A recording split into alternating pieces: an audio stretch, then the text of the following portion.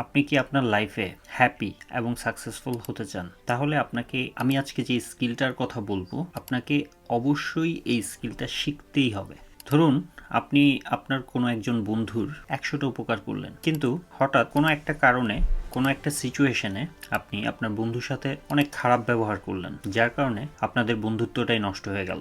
অথবা ধরুন আপনি আপনার ক্লাসের বেস্ট স্টুডেন্ট, খুবই অবিডিয়েন্ট, আপনার টিচাররা আপনাকে অনেক বেশি স্নেহ করে, বাট কোনো একদিন হিট অফ দ্য মোমেন্টে আপনি আপনার কোনো একজন শিক্ষকের সাথে বেয়াদবি করে বসলেন। আপনার যে এত বছরের অর্জন এক মুহূর্তেই সবকিছু জিরো হয়ে গেল। অর্থাৎ কখনো কখনো আমাদের একটা রিয়াকশন আমাদের পুরো জীবনকে এলোমেলো করে দেয়। এই ধরনের সিচুয়েশনে নিজেকে কন্ট্রোল করতে এবং নিজের জীবনের নিয়ন্ত্রণ নিজের হাতে রাখতে আপনাকে শিখতে হবে পাওয়ার অফ নট রিয়্যাক্টিং।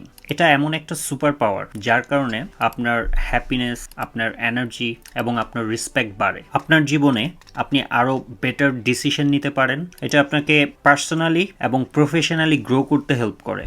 সিচুয়েশন আপনাকে না, আপনি সিচুয়েশনকে কন্ট্রোল করতে পারেন। সো এই সুপার পাওয়ারটা বা এই সুপার স্কিলটা শেখার আগে চলুন আমরা আসলে কেন রিয়াকশন করি, কেন রিয়্যাক্ট করি, এই জিনিসটা আগে বোঝার চেষ্টা করি। কোন কোন সিচুয়েশনে আসলে আমরা রিয়্যাক্ট করি। আমাদের ব্রেইনের একটা বিশেষ অংশ আছে যেটাকে অ্যামাগডালা বলে, যেটা ডেঞ্জার ডিটেক্টর হিসাবে কাজ করে। আদিকালে যখন মানুষ জঙ্গলে বসবাস করত, পশু পাখির আক্রমণ থেকে বিপজ্জনক কোনো মুহূর্তে নিজেকে সেভ করার জন্য আমাদের ব্রেইনে যে কোনো বিপদে ফাইট এবং ফ্লাইট রেসপন্স দিয়ে দ্রুত রিয়্যাক্ট করাই ছিল টিকে থাকার উপায়। এখন আমরা জঙ্গলে বসবাস করি না ঠিকই, কিন্তু যখন কেউ আমাকে কোনো খারাপ কথা বলে, নেগেটিভ কোনো কথা বলে, তখন আমাদের সেই পুরনো ফ্লাইট অ্যান্ড ফাইট রেসপন্সটা চালু হয়ে যায় এবং আমরা রিয়্যাক্ট করে বসি।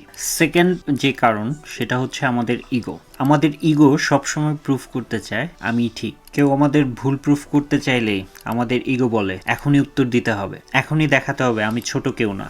ইগো আমাদেরকে ফিল করায় চুপ থাকা মানেই হার মানা, তাই আমরা রিয়্যাক্ট করি। থার্ড কারণ হচ্ছে আমাদের ইমোশন। ধরুন কোনো কারণে আপনি হতাশ, সেই মুহূর্তে কেউ যখন হঠাৎ করে এসে কোনো কিছু বলে, আমরা দেখা যায় যে হুট করে রিয়্যাক্ট করে ফেলি, বাজে ব্যবহার করে ফেলি। ধরুন যাদের তেলাপোকা ভীতি আছে, হঠাৎ করে কোনো একটা তেলাপোকা দেখলে আমরা চিৎকার করে উঠি, যদিও আমি জানি যে এই ছোট্ট তেলাপোকাটা আমার কোনো ক্ষতি করতে পারবে না, কিন্তু আমাদের ইমোশনাল ব্রেন তখন আমাদের লজিক্যাল ব্রেনকে টেক ওভার করে ফেলে, যার কারণে আমরা রিয়াকশন দিয়ে দিই। 4 নাম্বার কারণ হিসেবে আমি বলবো আমাদের হ্যাবিট। এই যে ছোটবেলা থেকেই আসলে আমরা সব কিছুতে রিয়্যাক্ট করতে করতে আমাদের ব্রেইনে একটা প্যাটার্ন তৈরি হয়ে যায়। আমাদের ব্রেইন অটোপাইলট মুডে চলে যায় এবং আমরা যে কোনো কিছুতেই রিয়্যাক্ট করে ফেলি, তখন সেটা আমাদের নিয়ন্ত্রণে থাকে না। আচ্ছা চলুন এবার একটু সমাধান নিয়ে কথা বলা যাক। Step number 1, take a pause.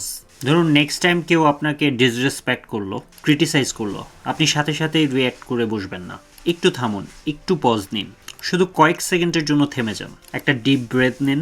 এই ছোট্ট পজটা আপনাকে রিয়াকশন এবং রেসপন্সের মধ্যে পার্থক্য করতে শেখাবে। হুট করে রিয়্যাক্ট করার কারণে আপনার ক্যারিয়ার বা আপনার রিলেশনশিপে যে বড় ক্ষতি হতে পারত সেটা থেকে আপনাকে বাঁচাবে।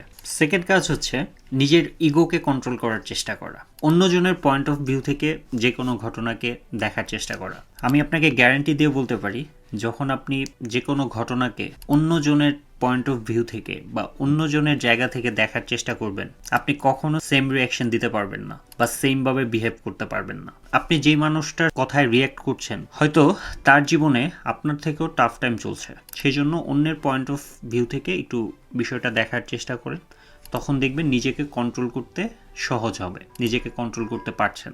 থার্ড স্টেপ হিসেবে বলবো নিজের ফোকাসকে শিফট করে ফেলা। ধরুন কেউ লোকাল বাসে অথবা বাজারে হঠাৎ করে খুব জোরে আপনার পায়ে পাড়া দিল, সাথে সাথে আপনার মুডটা খারাপ হয়ে গেল আর আপনি রিয়্যাক্ট করতে যাচ্ছেন, কিন্তু আমি বলবো সেই মুহূর্তে রিয়্যাক্ট না করে একটু ডিফারেন্ট পার্সপেক্টিভ থেকে জিনিসটাকে দেখার চেষ্টা করুন। আচ্ছা এখন থেকে 5 বছর পরে আমার কি এই ঘটনাটা মনে থাকবে? এখন থেকে 5 বছর পরে এই ঘটনাটার কোনো অর্থ কি আমার জীবনে থাকবে? তাহলে কেন শুধু শুধু রিয়াকশন দিয়ে বা রিয়্যাক্ট করে এই মুহূর্তটা নষ্ট করব বা মুডটা খারাপ করব? সো আমি বেসিক্যালি এই 2-3টা জিনিস করে পাওয়ার অফ নট রিয়্যাক্টিং, এই সুপার পাওয়ারটা আসলে আমি শিখতে চাচ্ছি বা আমার জীবনে আমি এই জিনিসগুলো অ্যাপ্লাই করছি। আমি এখনো বলবো না যে আমি পুরোপুরি বিষয়টাকে রপ্ত করতে পেরেছি, এই জিনিসগুলো ট্রাই করছি প্রতিনিয়ত। আমি বলবো যে আমি 50% আমার লাইফে এই জিনিসগুলো অ্যাপ্লাই করতে পারছি। তো আমি এর মাধ্যমে মানে আমার লাইফের একটা হিউজ চেঞ্জ দেখতে পাচ্ছি মানুষের সাথে রিলেশনশিপের ক্ষেত্রে। সো এই সিম্পল 2-3টা জিনিস ইউজ করে আমি একটা হিউজ ডিফারেন্স দেখতে পারছি আমার লাইফে। সো আমি আপনাদেরকেও বলবো এই 2-3টা জিনিস একটু ট্রাই করেন। এতক্ষণ পর্যন্ত যারা মনোযোগ দিয়ে ভিডিওটা দেখলেন তাদেরকে অনেক ধন্যবাদ। শুধু ভিডিও দেখার মধ্যে আসলে কোনো উপকার নেই, আপনাকে অবশ্যই অ্যাকশন নিতে হবে। আমি বলবো আপনি 21 দিনের একটা অ্যাকশন প্ল্যান বানান। আমি যেই সিম্পল 2-3টা জিনিসের কথা বললাম এই 2-3টা জিনিস একটু প্র্যাকটিস করেন, একটু নিজের লাইফে অ্যাপ্লাই করার চেষ্টা করেন, জীবনে একটা ব্যাপক পরিবর্তন দেখতে পারবেন। আপনার পার্সোনাল লাইফ, আপনার ক্যারিয়ার, আপনার মানুষের সাথে রিলেশনশিপ, মানে আপনার টোটাল কোয়ালিটি অফ লাইফের মধ্যে আপনি একটা ইমপ্রুভমেন্ট দেখতে পারবেন। এবং যে কোনো জিনিস আপনার হ্যাবিটে রূপান্তর করতে হলে সবচেয়ে প্র্যাকটিক্যাল উপায় হচ্ছে রেপিটেশন। বারবার এই জিনিসগুলোকে রিপিট করার মাধ্যমে এই জিনিসগুলো আমাদের হ্যাবিটে পরিবর্তন হবে। সো আমার কাছে মনে হয় এই ভিডিওটা অনেক বেশি ইম্পর্ট্যান্ট আমাদের সবার জন্যই। আমরা এই জিনিসগুলো যদি আমাদের জীবনে অ্যাপ্লাই করতে পারি, ইভেন অ্যাজ এ মুসলিম হিসেবেও আমাদের মানুষের সাথে ভালো ব্যবহার করা, উত্তম আচরণ করার কথা কোরআন হাদিসে অনেক বেশি আছে। ভিডিওটা উপকারী মনে করলে আপনার ফ্রেন্ডদের সাথে শেয়ার করবেন। আমার মনে হয় সবার জীবনেই এই জিনিসগুলো ইমপ্রুভ করা দরকার। দেখা হবে পরের ভিডিওতে। আমার চ্যানেলটাকে সাবস্ক্রাইব করে দিবেন। সবাই অনেক বেশি ভালো থাকবেন।